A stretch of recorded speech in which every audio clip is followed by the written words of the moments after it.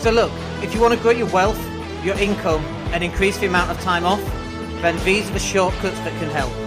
Welcome to the Wealth Creation Podcast. Welcome to Business Growth Show. My name's Dan Latto, and I'm running incredibly late. I'm 20 minutes late today, which is really not good. So if you're listening to this on the replay, clearly I'm not late, I'm on time. If you're watching this live, my apologies, we're 20 minutes behind. I was at the vet's with the dog. What vet takes an hour and a half for just a checkup appointment? Well, we live in Spain and not everything kind of goes to plan, but that's just life. So anyway, we're late, but we're here. And in this session, I want to go through with you some of the reasons why you should be in business, because I hear people in business and I'm like, why are you in business? And they come out with all sorts of crazy reasons, none of which kind of make sense. And I thought, you know what, let's just get this down so that people can understand why they're in business. And I wanted to put my own unique take on it as well. So I made a list. It's on Notepad. If you see me looking down, it's because I'm looking at the laptop, which is just down here. But number one, then, it's an obvious one, but it's the bit that kind of people get wrong. So the number one reason to be in business is because you want to make some money, right? Everybody knows that. Why are you in business? I want to make a lot of money. Great. So how much money have you made? None? Well, hang on a minute. How's that supposed to work? Why is my voice so squeaky today? But it's true, isn't it? Why? What do you mean you're not making any money? Well, I'm growing my business. Okay. Have you ever made any money? No. But when I grow my business, that's when I make money. Yeah, but you haven't made any money yet. No. But it just doesn't compute. What the heck are you doing? You need to be making money. If you want to make money, why do you go into business? Well, I want to make money. Well, you're not making money. So make some goddamn money. So we just made a decision on our digital marketing business to actually slow it down a little bit and to just retract a little bit. We were building up yet another team. And actually we decided to not put another team in place and actually just ride the wave for the next few months and just see what happens. We've got all this goodwill going out. We've got all this marketing going out. We're putting a lot of stuff out for our clients. We noticed one of our estate agent clients, they just got a new lead come through from a piece of their marketing on Instagram, which is really cool. And it's great for us because we can see that. And it's very tempting to buy in effectively another team. But in buying in another team, it reduces our profitability, which is fine. But we want the profitability. That's the whole point of being in business. And then the secondary thing that does by not continually expanding and growth, because, you know, that's what we used to do. It's growth. It's crazy. Actually, how about we just slow it down a little bit and we just enjoy it for a little bit more. Enjoy the process, putting these things in place, solving these problems, instead of continually have to fight and get up early and work later and Gary V it effectively. I don't want to be Gary V. I don't want to be working 18-hour days and not seeing the kids and not seeing the wife and not just, you know, so what, the vet took an hour and a half. I've got that time available. It's mine to waste. Instead of, oh my gosh, I can fit 25 minutes in for the dog and 2 minutes in for the child and 1 minute for the... I don't want to live my life like that. And you shouldn't either. But for a lot of people, they're going revenue. I need to grow my income. And yet when we look at what the actual bottom line is, they're not making any goddamn money. And yet the whole point of people going into business is because they wanted to earn some goddamn money. Why did you go in business? I want to make some money. How much money have you made? Well, in 4 years' time, I'll make some money. Well, what are you living on right now? And how many hours are you working to live on? Nothing. I mean, you're not making any money. It doesn't make sense to me. So I get it. I totally get it. But if you want to get into business to make some money, then make some goddamn money. Next one then. Number two, I want to be rich. I want to be wealthy. Perfect. Nothing wrong with that whatsoever.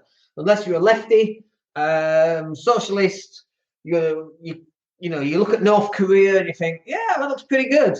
There's nothing wrong with being a billionaire. There's nothing wrong with being a millionaire. There's nothing wrong with having £50,000 in your bank account. There's nothing wrong with any of those things. In fact, quite the opposite. But having 50 grand in your bank account means that if you hit an obstacle in the road, you can solve that. If one of your family members is ill and you need to throw some money at the problem, you can solve that. If you have a big unexpected bill, 4 boilers break down, it's 2.5 grand a boiler, 10 grand, not a problem. That's where you want to be.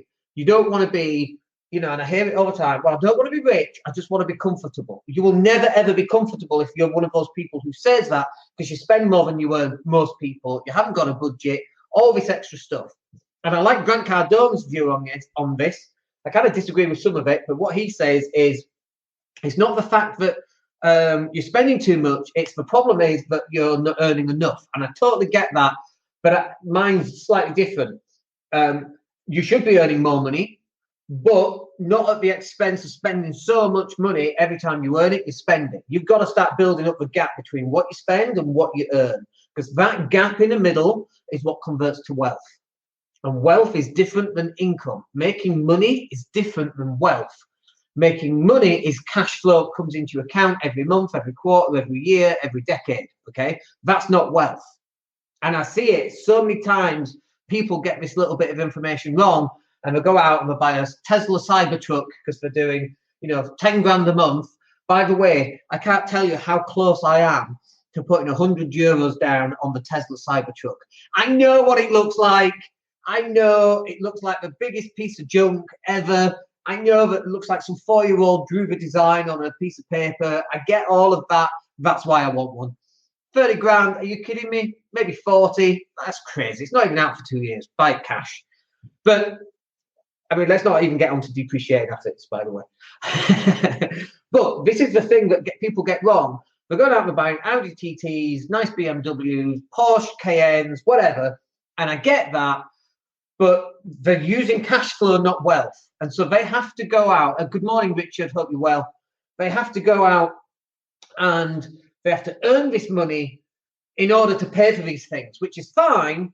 But what happens when that money that's coming in starts to turn into a trickle or even stops? Now they've got these assets. They've got these liabilities. There we go. We've got these liabilities that are costing them money every single month. Now they haven't got the income to cover it. Right? So income is different than wealth. That's income, money coming in each month, but it could dry up. Wealth is like property, and don't get me wrong, we just rented a property from 550, we put it up at 595, we could have put it up for 650. And you might say, yeah, but that property might be empty. Not when you're 50 or 100 or 200. You're not going to have all 200 properties. And if you are, two things happen. First of all, you would never get to the stage where you got 200 properties because you're too incompetent to get there, number one. And number two, it never happens. It's almost like a theoretical impossibility for you to actually get yourself into that situation once you've got to 200 properties. But the money keeps coming in, regardless. You can even be a really bad landlord and the money still keeps coming in. But if you've got, £500,000 in a pension or in an ISA or in stocks and shares, that money keeps coming in. It doesn't matter what you do, the money keeps flowing, right? That's wealth. The other one is reliant on you to earn money from a job or earn money from a business. Now, the question then, let's answer this question because this is really important, is the business wealth or is that income? Well, the answer is both. Okay. The wealth is you could sell that business on and you could transfer that into stocks and shares and that kind of thing. The income is the cash flow. Okay. Now, you need to understand that. But there's a higher risk in investing in your own business. There's still a risk if you invest in Tesco's, but it's not your risk to take because you're not the one making decisions. But you could make a decision that's a bad decision on your own business and ruin the whole thing. Okay, so you just got to be careful of that. But for me, the whole point of being in business was to build wealth. That is it. And so the pathway that has to follow on this is you generate some cash. Okay. You make some money, and again, I like Grant Cardone's idea on this. You make some money, you spend that money, right? And this is why people get it wrong. They make some money, they buy a Tesla Cybertruck or a big screen TV or a very nice holiday. That's not what you should be spending your money on. You should be making money, and you spend your money on stocks and shares, property, gold. I don't like gold; it doesn't generate cash flow, but it's an asset, okay? Stamps, black penny stamps, whatever, right? Even that doesn't generate cash flow. I like cash flow generating assets because I live on a month-to-month basis. And if I buy gold, I can't eat gold and I can't get cash flow off it. But if I buy stocks and shares, the money that I get from stocks and shares can buy food, right? So that's why you want to be doing that. But the whole flow of this is that you generate cash from your business and you turn that cash into assets that then generate more cash flow forever. You've got £100,000 in stocks and shares and you're getting 6% on average on the FTSE for the next 20 years. You got £6 grand a month. £6 grand a year, every year for the next 20 years, 100 years. You can put it into a trust and pass it down to your kids. That's why we're creating wealth. You can't do that on income. If you've got a job that pays £250,000 a year, first of all, it's very tax inefficient. You don't get advantage of pre-tax pound investing, which I'll explain in another session. You don't get to decide when you pay tax either. It's pay as you earn, you're paying tax. So you're coming out with half that. I've been there when I was with Dell.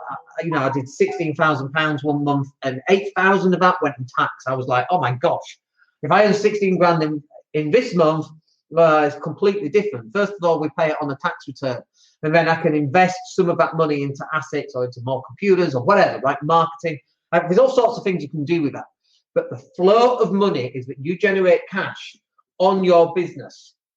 And then once you've generated that cash on your business, you move that cash into assets that keep on paying you every single month for the rest of your life. That is basically it. That is why you should be in business. But there's a third reason that's very important. Let me just grab a quick coffee. Okay, the third reason that's really important is you want to help your community. You want to help your fellow man or woman. You want to help your fellow workers. So, for example, in my business, now we employ people all around the world. And when we first started the business, I didn't make any money on the business at all. I made zero money, okay? And by the way, point number one, you're in it to make some money, you're not making any money. But we had some stuff that, to get it set up for the first couple of months, and that was fine. Then we started making some money. But then what happens is you look at, the people that you're employing, and you're looking at those people, and you're like, so we've got a saying here, and the saying is it ecological? And when we do goal setting, we have to ensure that our goals are ecological. And what we mean by this is it good for me? Is it good for you? Is it good for them? Is it good for the community? Is it good for the planet? 5 things: me, you, them, community, planet. If the answer is yes to all 5 of those things, then we should go with that. If the answer is no to one of those things, let's say, we could have a debt collection agency, for example. Well, is that good for the community? What do you think? But it could be. You could go out and wipe out 75% of people's debts and just get them to pay 25% of their debts and still be profitable on that, possibly. Okay, so maybe. But generally, bear in mind, I thought about creating a debt collection agency and just being an absolute bastard, because what the heck? Why not? But it doesn't fit that 5 criteria. Good for me, good for you, good for them, good for the community, good for the planet. There's no good coming in there. If you're going out and buying people's debt and then wiping it out, is that actually good for them anyway? Because what lessons have they learned if they get themselves into debt and then they can't get out of debt? There's no lessons to be learned in that. So when we're looking at growing a business, and this is one of the reasons to grow the business, but it kind of goes against point number 1. If we brought on an extra team, I'm in this to make money that then goes into assets, right? But I'm also in it for helping other people to get what they want. But my primary goal is for me to make money to move into wealth. My third goal is to help the community, and me helping the community cannot go against me making money. And you might go, well, Dan, that's really selfish. And it's not, for the following reasons. And the following reasons are why you should be wealthy beyond your wildest dreams. The following reasons are why you should be having multi-millions of pounds a month going into your bank account every single month. And the reason is this: if I'm a poor person and I have to work at McDonald's on £7.82 an hour, whatever wrong, and I'm struggling to, I live in a bed sit or in a shared house, and how many people do you think I can actually help? Not many, right? Now, put it this way: if I've got £100,000 a month going into my bank account, how many people can I now help? My whole thing changes. My whole reason for being changes. We've gone out and we've raised money. Okay, so we didn't use my money, we used a little bit, but we raised money to buy backpacks for homeless people, and then we went out and distributed them. Okay, not using my money, but using my time and ingenuity or marketing prowess or whatever you want to call it. We created those, and we were, is that ecological? Good for me, good for you, good for them, good for the community, good for the planet. Absolutely. Now you're helping people, but you're not giving 3 handouts. Well, technically they are 3 handouts, but you're not giving them something for nothing in that. And it's a house and we're paying off all the debt so we can go get back into debt. We're just trying to make life a bit more tolerable for people. But this is a really good example. So the reason why you should be making a lot of money in your business is that you can go out and help a lot more people. And then the other side of this is that you're not now working inside your business on a day in, day out basis. You're working inside your business, but you're working on the business with a top-down view and telling this person to do this and that person to do that, and you go over there and do this. And can you create this image? And we'll raise some money for homeless again. And so you're getting team members now active in what you want to do to go out and be good for the community. Now you try doing that working in McDonald's, working 60-hour weeks with no money, having to cycle to and from work. We watched the Deliveroo cyclist in Birmingham last weekend it was, 2 weekends ago. And I was like, what a crap job that is. It's freezing cold. You're going to get knocked down. You're going to get mugged. People are going to steal your food. What a nightmare. How many people can that guy actually help? Whereas if he was doing 100 grand a year and he goes, I'm not going to do that. I am going to do that, but I'm going to go out and distribute backpacks for homeless people on my Deliveroo bike. Much better. It can help so many more people. This is why you should be wealthy. It's because you can help so many more people if you're wealthy. I'll give you an example. I saw Simon Cowell, and someone had done a caricature, and he had a big nose and a big chin and a big forehead, like he does, and his pants were all wet, his trousers were way up as well. And he just wrote on the thing 35 grand. And it was a charity event. It just went up 35 grand. It was a homeless charity event, whatever it was. It's irrelevant. It just went up, 35 grand, there you go. They put 35 grand into a charity. That was it. It was a piece of shit artwork. It wasn't even very good. But that's what money allows you to do. Oh, no, you shouldn't have money. Oh, no. That won't get you into heaven. Or what is that saying? The eye of a camel, eye of a needle, a man and a camel. Anyway, I don't know. Let's have a look. Rich is asking, how long can you expect a new business to turn a profit? Well, that's a good question, actually. I was just talking to my wife about the very same thing. So restaurants take on average 3 years to turn a profit. Now, the reason why that happens is that they've got 100, 200,000 pounds setup fees. And so to get a return, an actual return, so let's say they're making £1,000 a week profit on that, okay? So it takes them 200,000 pounds, making £1,000 a week. After about, 200 weeks, now they're starting to make a profit, okay? So it depends on what it is. However, the business can still be profitable, and this is where, you've got this capital loan, effectively, 200 grand goes into a business, but that loan might cost 5 grand a month, okay? But the business is doing, let's say, two grand a week profit. Now the business is actually making £3,000 and it's still servicing the 5 grand loan. So it's important to understand where you are, how much money you've got going in, and what the cash flow is.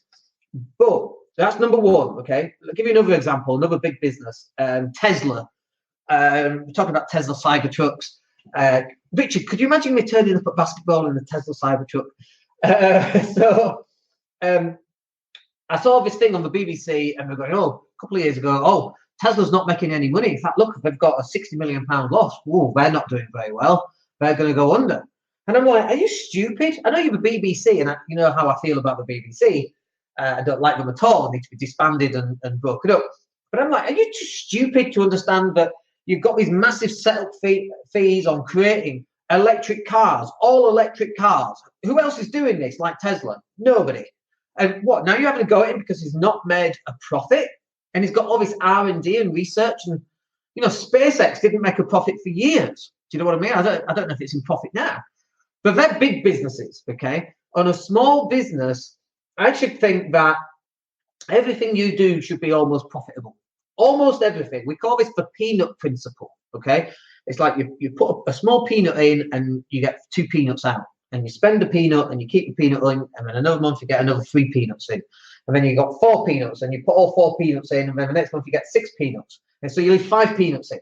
So this is how it goes, and so there has to be this balance between how much money is going out on expenditure, marketing, and supplies, and all of that kind of thing. And don't forget, you've got fixed costs and you've got variable costs. So do you know what your fixed cost is?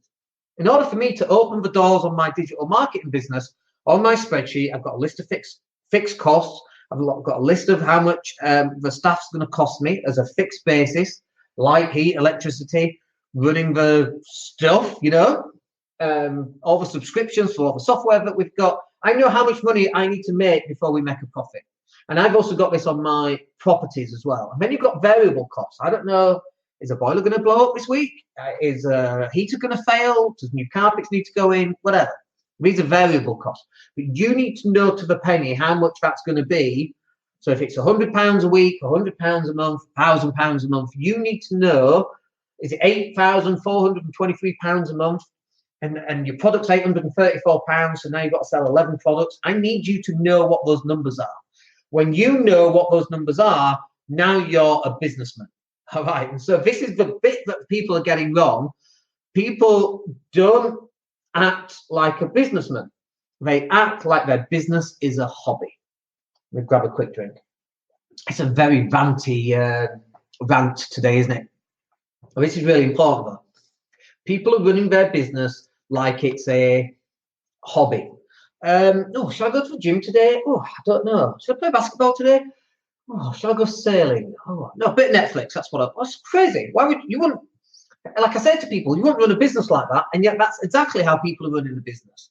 You don't think Richard Branson wakes up and goes, "Oh, shall I buy a yacht today and start Virgin Yachts? Shall I do that today?" You don't get Alan Sugar with his Amstrad CPC 464. I know. Shall I create a computer today with a tape deck? Yeah, let's do that. Let's go ahead and do that. That shit just doesn't work. It just doesn't go down like that. He has R&D and development and spreadsheets and whiteboards, and he goes, okay, in Q3 of 2 years' time, we're going to release this product. Like Elon's a little bit different because he does get an idea, and next week it's released, and then there's always, the truck's coming out in 2021, and the Tri-Drive is coming out in 2022. You know that's not true. You know it's 2024, 2025. It's Elon. It's just what he does. But for most people, you should be knowing what your numbers are. Every little thing. You should be knowing that, okay, in December, everybody winds down. So let's create a whole bunch of content so that when we get going in January and everyone's got New Year, new me, let's create all this extra stuff, okay? So December's quiet, great, we're not going to make any money there. Let's start creating all this content, then we can start pushing it out ready for January. That's what we do. And actually, in September next year, when people are thinking about, or even before September, August or July, when people think about learning a language, before we get to language school, you want to be creating enough content so you've got content ready to go out there so that those people who are thinking about it at school come to you instead. Okay, but you've got to pre-plan all of this. Okay, number 4, that was. Believe that or not, you want to help other people.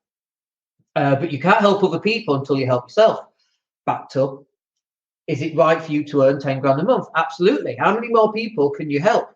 And if you've got a business that generates cash flow that you can put into assets, and the assets then generate more money, so you never have to worry about your business, you can turn that business into a free enterprise. We turned our property sourcing training, we give it away for free now.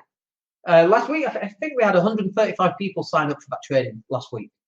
That was a £500 training, okay? And we give it away for free. So now, how many people can we impact? Because we're helping that many more people.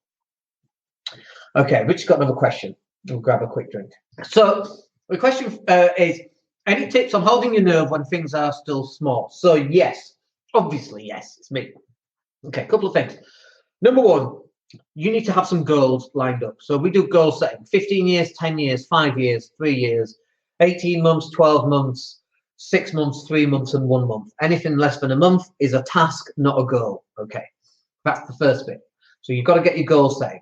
Then when you're implementing, you should have milestones along the way. So let me talk about my weight loss, which I'm very proud of, as you know. So I've got, I'm just waiting for Google Sheets. There we go. Let me just get to health. I've got a health flow forecast, because it's not cash flow forecast, it's health. So on the 1st of November, I should have been 75 kilos, and actually I hit that, so that's good. The 1st of December, I should be 73 kilos, and technically I hit that, but I've put a little bit back on, 73 and a half. And by the 25th of December, I should be 70 kilos. That, by the way, gets me sub 20% body fat, which I'm not right now. And the target is 10% body fat. Christ knows why. Dreams of a 6-pack again at age 50. But they are my milestones. Okay, so you've got goals and you've got milestones. And milestones are things that tell you if you're on path. So, like for example, and I don't know numbers here, so I'm going to make numbers up. So let's say that you want to be earning £100 a month. Great, let's get that going by December, by the end of December, let's say. And then in January, let's increase that to £300 a month. And then in February, let's go 5. What's after February? March, let's go 7. April, let's go 1,000. Doesn't have to be in any particular increments, just what you're comfortable with. These are milestones along the way. Okay. And if you've got these milestones and you're ticking them off, you can tell by the end of November, how much money have I got? Shit, well, I've only done £63. Now, that's going to do one of two things. One, it might make you depressed, in which case, good, because now you need to double your effort, okay? Because you got some result from it, but you didn't quite get the result you want, so now you've got to double your effort. So what is that? Is that a problem on marketing and getting enough people into the funnel? Or have you got enough people on the funnel because 100 people came through and only 2 people bought a £32 product?